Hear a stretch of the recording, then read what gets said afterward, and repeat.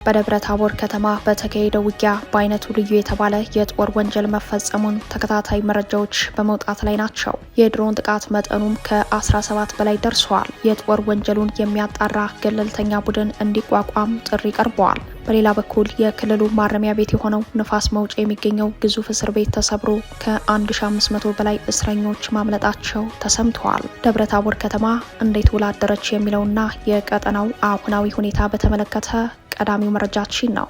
የፋኖ ኃይሎች በሸዋ ከመልሶ ማጥቃት ወደ ጸረ ማጥቃት ተሸጋግረዋል። ከብልጽግናው አየር ወለድ ኮማንዶ ጋር ከፍተኛ ትንቅንቅ በማድረግ ከተማዋን ተቆጣጥረዋል። በአገዛዙ ልዩ ዘመቻዎች እዝ የአየር ወለድ ኮማንዶ ስር የነበረችው ከተማ በፋኖ ኃይሎች እጅ የገባችበት አውደ ውጊያ ቀጥታ ከግንባር እናደርሳችኋለን። የጦርነት ፖሊሲ ባለቤቱ አብይ አህመድ ለሱዳን ፈጥኖ ደራሽ ጦር ወታደራዊ ማሰልጠኛ ካምፕ ኢትዮጵያ ላይ እንዲገነባ ለዋና ጦር አጋራቸው ኤምሬትስ መፍቀዳቸው የሱዳንን የውክልና ጦርነት ወደ ኢትዮጵያ ግዛት ስቦ ያስገባ ጉዳይ ሆኗል። በተለይም ይህ ወታደራዊ የጦር ካምፕ የህዳሴው ግድብ ከሚገኝበት አካባቢ በቅርብ ርቀት የሚገኝ መሆኑ በኢትዮጵያ ላይ የብሔራዊ ደህንነት አደጋ የደቀነ ጉዳይ ሆኗል። በዚህ ያልተወሰነው አደጋ በራሳቸው በብልጽግናው አለቃና አገዛዛቸው ላይ ማዕቀብ ሊጣል ዓለም አቀፍ መገደል ሊያስከትል የሚችል ሆኗል። የአሜሪካው ሴናተር በጉዳዩ ላይ ተላላኪ የሆናችሁ ዋጋ ትከፍላላችሁ ብለዋል። ለዕለቱ የመረጥንላችሁ ቀጠናዊ ዜና ትንታኔያችን ነው። ከግብጽ አቻቸው ጋር ቆይታ ያደረጉት የቱርኩ ፕሬዝዳንት ወደ 4 ኪሎ ሊመጡ ነው። የግብጽ ጦር በበኩሉ ኢትዮጵያን ለመክበብ ያለውን ወታደራዊ ዝግጅት ይፋ አድርጓል። የአስመራው መንግስት ደግሞ በዚህ በዛም ሊወሩን ነው የሚል የስጋት ምልከታውን በማስታወቂያ ሚኒስተሩ በኩል አጋርቷል። ይህም ሌላኛው ቀጠናዊ መረጃችን ነው። ሰላም ጤና ስጥልን ውድ የጣና ቲቪ ተከታታይ ቤተሰቦቻችን አብራችሁን ስትቆዩ እነዚህንና ሌሎች ዝርዝር መረጃዎችን ታደምጣላችሁ። የጣቢያችን የሰዓቱ ዜና መረጃና ዜና ትንታኔዎቻችን እነሆ ተጀምረዋል። እስከ መጨረሻው አብራችሁ እንድትቆዩ አክብሮታዊ ግብዣችን ነው። በደብረ ታቦር ከተማ በተካሄደው ውጊያ በአይነቱ ልዩ የተባለ የጦር ወንጀል መፈጸሙን ተከታታይ መረጃዎች በመውጣት ላይ ናቸው። በሌላ በኩል የክልሉ ማረሚያ ቤት የሆነው ንፋስ መውጫ የሚገኘው ግዙፍ እስር ቤት ተሰብሮ ከ1500 በላይ እስረኞች ማምለጣቸው ተሰምተዋል። በትናንትናው ዕለት በዋለው ከባድ ውጊያ አገዛዙ በደብረ ታቦር ከተማ ከ17 ጊዜ በላይ የድሮን ጥቃት መፈጸሙን የከተማው ምንጮች ለጣና ዘጋቢ አረጋግጠዋል። የሰው አልባ አውሮፕላን ጥቃቱ ከ17 የሚበልጥ እንጂ የሚያንስ አልነበረም ያሉት የከተማው ምንጮች በጥቃቱ በርካታ ንጹሐን ወገኖች ሲገደሉ ከ14 በላይ የህዝብ መገልገያ ተቋማትን ጨምሮ የግለሰብ መኖሪያ ቤቶች ከጥቃቱና ከውጊያው ጋር በተያያዘ መውደማቸውን አስረድተዋል። የጣና ዘጋቢዎች በታሪካዊቷ ከተማ የዋለው አውደ ውጊያ በሰብአዊና በቁሳዊ ውድመት ደረጃ ለመለየት ያደረጉት ጥረት አድካሚ መሆኑን ተከትሎ ሰብአዊ ጉዳቱን በዝርዝር ማወቅ ባይቻልም በርካታ ንጹሐን የጉዳት ሰለባ መሆናቸውን የቀብር ስነ ስርዓታቸውን በዛሬው ቀን እየተፈጸመ መሆኑን አጣርተዋል። በተቋማት ጉዳት ደረጃ ከተማዋ የሶስት አካላት መቀመጫ ነች ያሉት የመረጃው ምንጮች የዞኑ አስተዳደር ተቋማት፣ የደብረ ታቦር ከተማ አስተዳደርና የፋርጣ ወረዳ አስተዳደር ተቋማት ከውጊያው ጋር በተያያዘ መጠነ ሰፊ ጉዳት ማስተናገዳቸውን ለጣና ዘጋቢዎች አስረድተዋል። የዞኑ ጤና መምሪያ፣ የዞን ሲቪል ሰርቪስና ፋይናንስ ቢሮ፣ የደብረ ታቦር ከተማ ከንቲባ ጽህፈት ቤት ውስጥ የሚገኙ ቢሮዎች፣ የገቢዎች፣ የትምህርትና የግብርና ጽህፈት ቤቶች፣ የፋርጣ ወረዳ ፖሊስ ጣቢያና የወረዳው ትምህርት ጽህፈት ቤት፣ የገብርዬ ክፍለ ከተማ ፖሊስ ጣቢያና የቴዎድሮስ ክፍለ ከተማ ፖሊስ ጣቢያን ጨምሮ ሌሎች የህዝብ ተቋማት የወደሙ ሲሆን ከነዚህ ውስጥ በድሮን ጥቃት የወደሙት ከግማሽ ደርዘን በላይ እንደሚሆኑ በመረጃው ላይ ተመላክተዋል። ከድሮን ጥቃት ውጭ በውጊያ መካከል የወደሙ እንዳሉ የጠቆሙት የከተማው ምንጮች በኢትዮጵያ የቅርብ ዘመን የጦርነት ታሪክ በአንድ ግዙፍ ከተማ በአየር ኃይል በሜካናይዝድና በቡድን የጦር መሳሪያ የታጀበ ከ18 ሰዓታት በላይ የዘለቀ ውጊያ መካሄዱን አይተንም ሰምተንም አናውቅም። በከተማችን ግን ይህ ተፈጽሟል ሲሉ ሁኔታውን አስረድተዋል። ከተቋማቱ ውድመት በተጨማሪ በርካታ አገልግሎት ሰጪ ተሽከርካሪዎች የወደሙ ሲሆን በከተማው የደረሰውን ሰብአዊና ቁሳዊ ውድመት የሚያጣራ ገለልተኛ ቡድን ተቋቁሞ በህዝብና ተቋማት ላይ የተፈጸሙ የድሮን ጥቃቶችን፣ የከባድ መሳሪያ ተኩስና ውድመት የጉዳት መጠን ተጣርቶ የወንጀሉ ባለቤት ይፋ እንዲሆን ጠይቀዋል። በደብረ ታቦር ውጊያ በሺዎች የሚቆጠሩ ወታደሮችንና በርካታ ሜካናይዝድ መሳሪያዎችን አሰልፎ ከወደ ፋኖ የተሰነዘረበትን የጸረ መከላከልና የመልሶ ማጥቃት እርምጃዎች ለመመከት በሚል መሀል ከተማ ላይ የተከታታይ የድሮን ጥቃቶች የፈጸመው አገዛዙ በአንዳንድ ተቋማት ላይ ያደረሳቸው ጥቃቶች በቀጥታ የድሮን ሚሳኤል ጥቃቶች እንደሆኑ የጉዳት መጠኑ በግልጽ እንደሚያሳይ የከተማው ምንጮች ለጣቢያችን አስረድተዋል። በመሀል ከተማዋና በከተማዋ ዙሪያ ባሉ አካባቢዎች ላይ በተፈጸመ የድሮን ጥቃት በርካታ ንጹሃኖች ሲገደሉ በተለይ በከተማዋ ዙሪያ በሚገኙ ገጠራማ መንደሮች ላይም ጉዳት መድረሱ ተሰምተዋል። አገዛዙ ከ17 ጊዜ በላይ ከፈጸመው የድሮን ጥቃት በተጨማሪ በአንድ የከተማዋ ዳርቻማ አካባቢ ላይ ብቻ በተከታታይ 23 ጊዜ የሞርተር ጥቃት እንደፈጸመም በመረጃው ላይ ተመላክተዋል። የንጹሃን መኖሪያ ቤቶችና በከተማው የሚገኙ የመደበኛ ትምህርት የሙያና ቴክኒክ ተቋማትም የጉዳት ሰለባ መሆናቸው ነው የተገለጸው።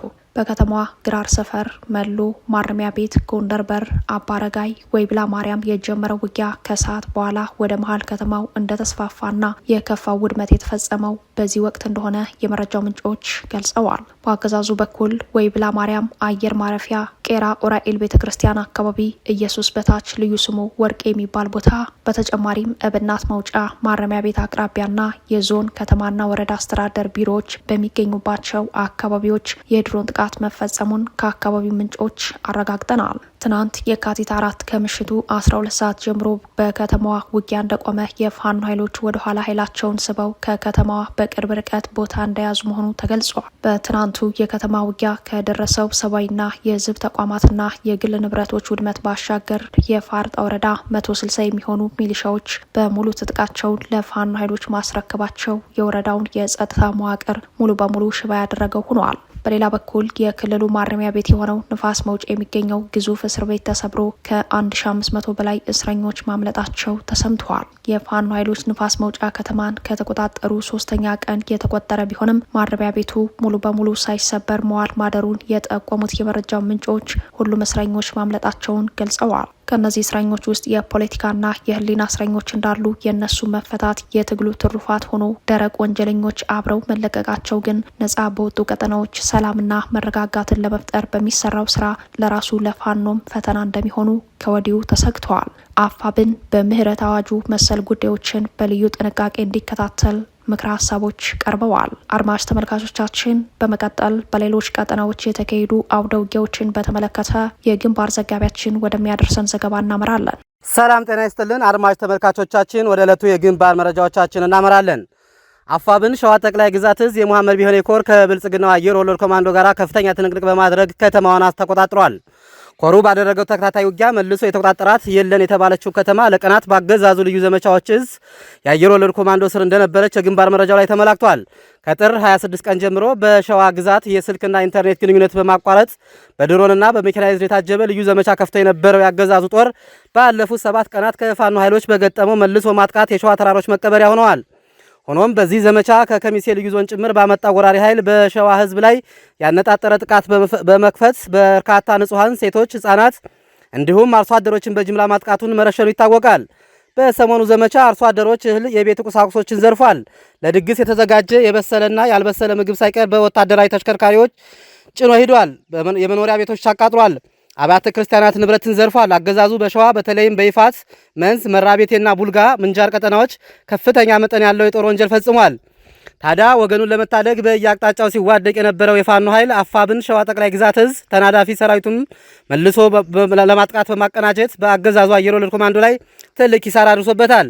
በተለይም በመሐመድ ቢሆኔ ኮር በምክትል አዛዡ በሻለቃ ሙልቀን ቢራራና በኮሩ ምክትል ዘመቻ መሪ በሻለቃ ጌታው ዘበነ ጦር አዝማችነት እየተመራ በቀጠናው ላይ ለግዳጅ የተሰማራው ኮሩ በስሩ ያሉ ክፍለ ጦሮችን በማሰማራት ከአገዛዙ ጋር ከፍተኛ ትንቅንቅ በማድረግ ከተሞችን መልሶ በመቆጣጠር ላይ ይገኛል። የዚህ ድል አንዱ ማሳያ በሸዋ ጠቅላይ ግዛት እዝ ይፋትና ጥሙጋ አውራጃ የለን ተራራ ሰፍሮ የነበረው የብልጽግና መራሹ ሰራዊት ላይ የመሐመድ ቢሆኔ ኮር ደጃዝማች ተሰማር ገጤና ወንዶ አስቻለው ደሴ ክፍለ ጦር የተወጣጡ ሻለቆች እንዲሁም የኮሩ ቃኝና የአርበኛ ፋኖ ጦር በሁለት አቅጣጫ በመግባት የካቲት 4 2018 ዓ.ም ከቀኑ 10 ሰዓት ተኩል እስከ ምሽቱ 2 ሰዓት ድረስ እልህ አስጨራሽ ትንቅንቅ በማድረግ በአገዛዙ አየር ወለድ ላይ ከፍተኛ ኪሳራ አድርሶበታል።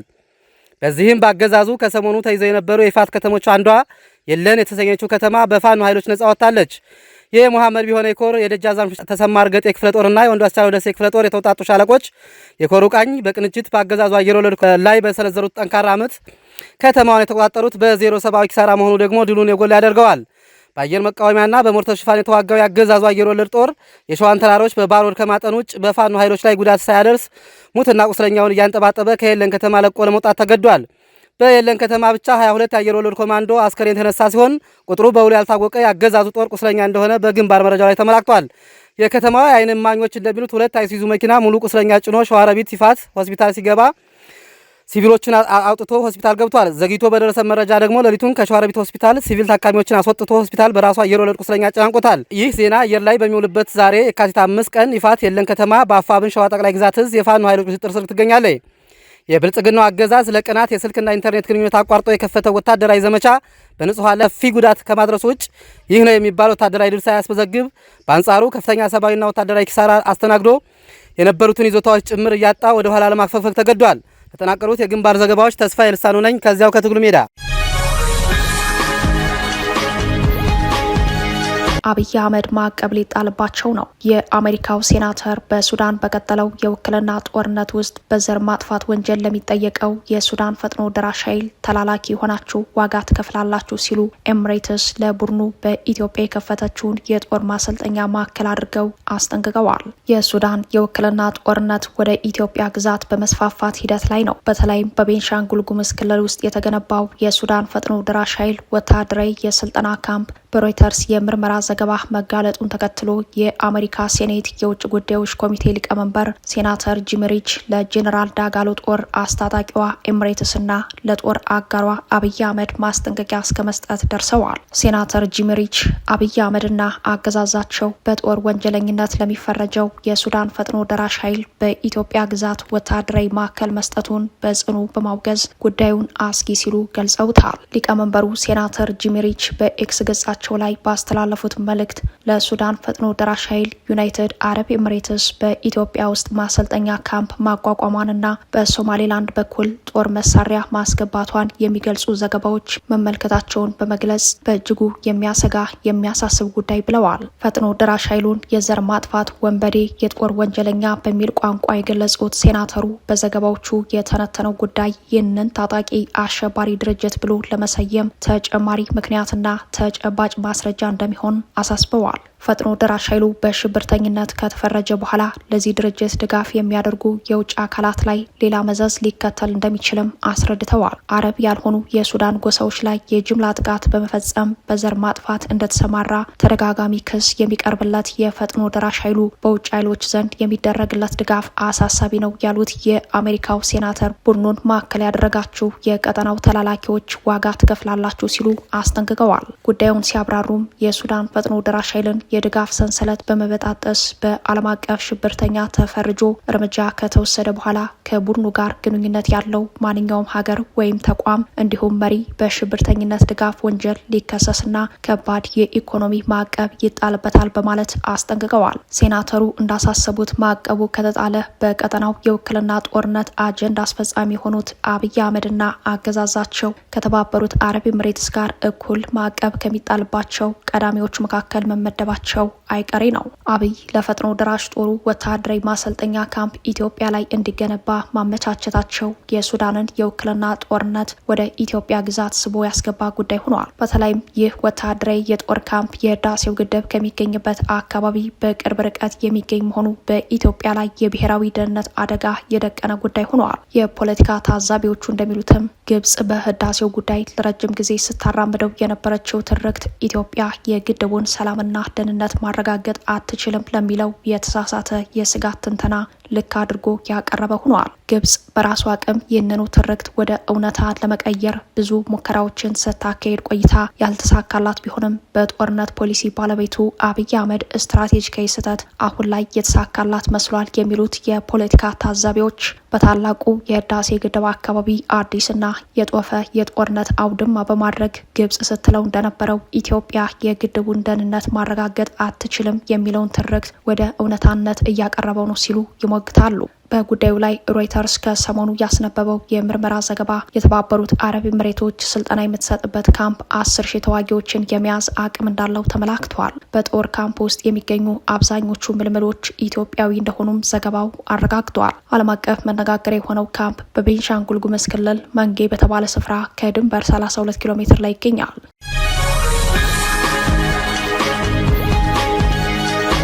ብልጽግና ለራሱ ተልዕኮ ለአፍሪካ ህብረት ስብሰባ ሽፋን ሰጪ 500 የሚደርሱ ጋዜጠኞችን ማዘጋጀቱ ተሰምተዋል። የህብረቱን ስብሰባ ለዓለም ለማድረስ የተጋበዙ ዓለም አቀፍ ጋዜጠኞች ደግሞ ቁጥራቸው 500 ደርሰዋል። በድምሩ ከ1000 በላይ ዘጋቢ ጋዜጠኞች ይገኙበታል በተባለው በዚህ ስብሰባ ላይ የአገዛዙን ገመና ለማጋለጥ ይረዳ ዘንድ ለጋዜጠኞቹ ወሳኝ ጥሪ ቀርበዋል። ጥሪውን ያቀረበው የኢትዮጵያ ህዝባዊ አብዮታዊ ፓርቲ ኢህአፓ ነው። ኢህአፓ በጉዳዩ ላይ ባወጣው መግለጫ ዓለም አቀፍ መገናኛ ብዙሃን የአፍሪካ ህብረት ጉባኤን ሽፋን በሚሰጡበት ወቅት በኢትዮጵያ የሚፈጸሙ ከፍተኛ የሰብአዊ መብቶች ጥሰቶችን በመዘገብ ለዓለም አቀፍ ማህበረሰብ ተደራሽ እንዲያደርጉ ጠይቋል። ፓርቲው መገናኛ ብዙሃኑ የህብረቱ የመሪዎች ጉባኤን ሲዘግቡ የእውነት ፈላጊነትን፣ የነጻነትና ለህዝብ ተጠያቂ መሆንን መሰረታዊ የጋዜጠኝነት መርሆች እንዲያከብሩ አሳስበዋል። ኢህአፓ በዲፕሎማሲ ከተማዋ አዲስ አበባ የሚካሄዱ ዲፕሎማሲያዊ መድረኮች የዓለምን ትኩረት ቢስቡም በአማራ በኦሮሚያና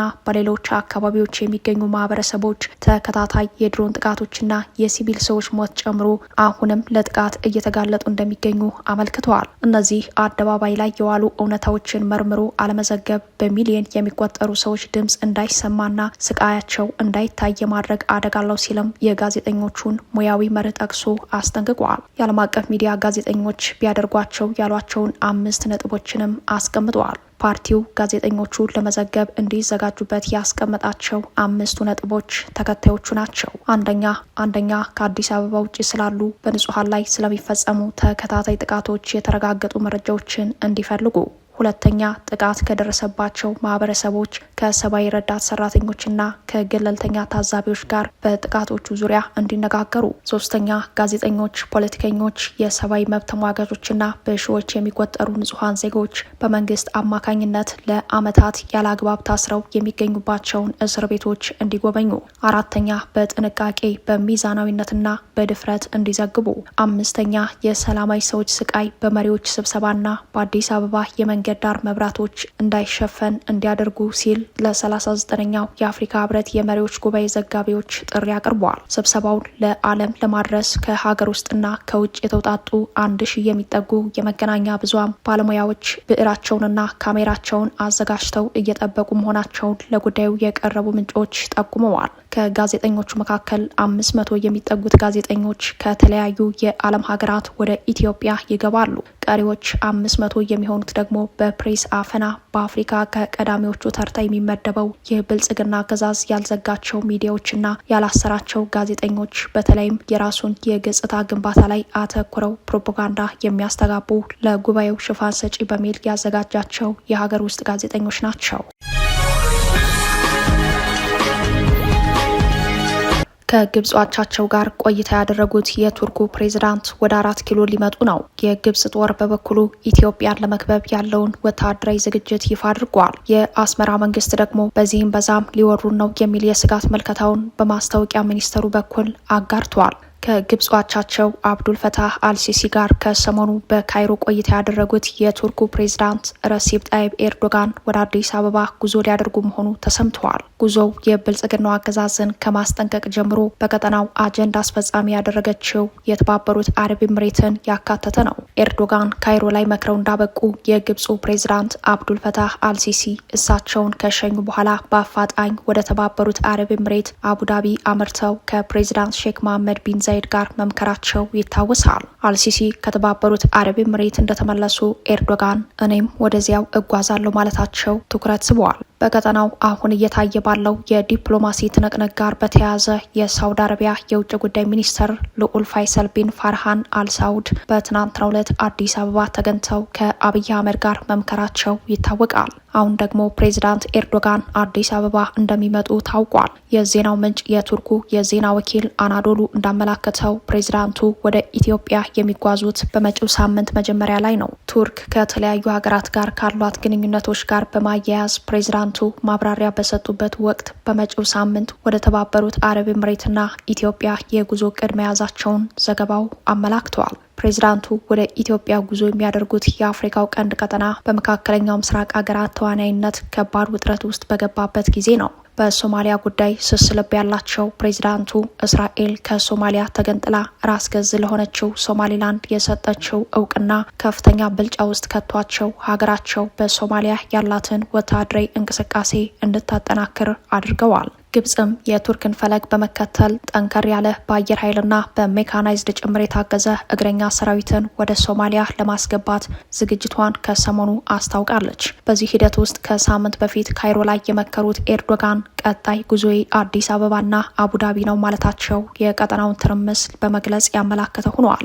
ኤርዶጋን የአዲስ አበባው ጉዞ ከማድረጋቸው ቀደም ብሎ ቲሲጂ ሳንክታር በመባል የምትታወቅ የሀገሪቱን ግዙፍ የጦር መርከብ ወደ ሶማሊያ የባህር ዳርቻ ልከዋል። ዓላማው የሶማሊያን የባህር ኃይል አቅም ማሳደግ ነው ቢባልም ኤርዶጋን ህልማቸው በአፍሪካ ቀንድ የቱርክን ኢምፓየር መመለስ እንደሆነ የቀጠናው የፖለቲካ ተንታኞች አስተያየት ነው። ቱርክ ከዚያ ቀደም ብላ አሜሪካ ሰራሹን F-16 ተዋጊ ጄትን ወደ ሶማሊያ ማስገባቷ የፍላጎቷን መጠን ያሳየ ሆኗል። ይህ በእንዲህ እንዳለም በዚሁ የትርምስ ቀጠና ላይ የግብጽ ጦር ዝግጁ ነኝ ብሏል። በሶማሊያ ያለው የኢትዮጵያ ጦር ከተመድ የዝግጁነት ማረጋገጫ ማግኘቱም ተሰምቷል። የግብጽ ጦር በትናንትናው ዕለት ወደ ሶማሊያ የሚልከውን ኃይሉን በይፋ አስመርቋል። የሶማሊያው ፕሬዝዳንት ሐሰን ሼክ በተገኙበት በተካሄደ ስነ ስርዓት ግብጽ በሶማሊያ ልታሰማራ ያበቃችውን ጦር በይፋዊ ምስል አሳይታለች። መረጃዎች እንደሚያሳዩት እስከ 2026 ድረስ ወደ ሶማሊያ ተጠቃሎ መግባት ያለበት የሰላም አስከባሪ ጦር ብዛት እስከ 12000 ይደርሳል። ግብጽ ከዚህ ውስጥ የአንበሳውን ድርሻ ለመያዝ ነው ከሶማሊያ ጋር የተስማማቸው። ግብጽ ከሰላም አስከባሪ ጦር ውጪ ከሞቃዲሾ ጋር በተፈራረመችው ወታደራዊ ስምምነት በርካታ ጦር እንደምታስገባ ይጠበቃል። የግብጽ ጦር ወደ ሶማሊያ ለመግባት ሲጓተት ሰንብቶ አሁን ላይ ካይሮ ዝግጅቴን ጨርሻለሁ ስትል ኃይሏን በአደባባይ አሳይታለች። የግብጽ ወታደራዊ ዝግጅትና መልእክት ኢትዮጵያን ከመክበብ ዓላማ ጋር ተያይዟል። በሌላ በኩል የአስመራው መንግስት በዚህም በዛም ሊወሩን ነው የሚል የስጋት ምልከታውን በማስታወቂያ ሚኒስተሩ በኩል አውጥቷል። የኤርትራ መንግስት በዚህም በዛም ሊወሩን ተንቀሳቅሰዋል የሚል ማስጠንቀቂያ የሰጠው የአብይ አህመድን ጦረኛ መልእክት በማያያዝ በትናንትናው ዕለት በማስታወቂያ ሚኒስተሩ የማነ ገብረ መስቀል በይፋይ የኤክስ ገጻቸው ላይ ባስተላለፉት መልእክት ነው። ታህሳስ 22 ቀን 2016 በአውሮፓውያኑ አዲስ ዓመት ዕለት አዲስ አበባ ላይ በቀድሞ የሶማሌላንድ ፕሬዚዳንት ሙሲቢና በአብይ አህመድ መካከል የባህር በር አጠቃቀምን በተመለከተ የመግባቢያ ሰነድ መፈረሙ ይታወቃል። የኤርትራ መንግስት ይህን በአንካራ የፈረሰ ስምምነት መለስ ብሎ በማስታወስ ስምምነቱ የሶማሊያን ግዛታዊ አንድነት የሚጥስ ነው ካለ በኋላ ከቀናት በፊት በተመሳሳይ የኤርትራን ግዛት በሚጠቀልል መልኩ ከጎላን ኮረብታ ጋር ተያይዞ በቀይ ባህር የሚኖር የግዛት ጠቅላላ እንደሚኖር አብይ አህመድ በፓርላማ ያስተላለፉትን የወረራ ንግግር በማያያዝ ክሱን አጠናክሯል። ክቡራትና ክቡራን ቤተሰቦቻችን ለሰዓቱ የተሰናዱት መረጃዎቻችን የተከታተሏችኋቸውን ይመስሉ ነበር። አብራችሁን ስለቆያችሁ ልባዊ ምስጋናችን ድረሳችሁ እያለን የጣና ቲቪ ወቅታዊ ዜናዎች፣ ትንታኔዎችና ልዩ ልዩ ፕሮግራሞች እንዲደርሷችሁ ቻናላችን ሰብስክራይብ በማድረግ ቤተሰብ ይሁኑ። በተሳትፎ የትግል ሚዲያውን እንዲያጠናክሩ ጥሪያችን እናቀርባለን። ጣና ቲቪ ከሀቅ ጋር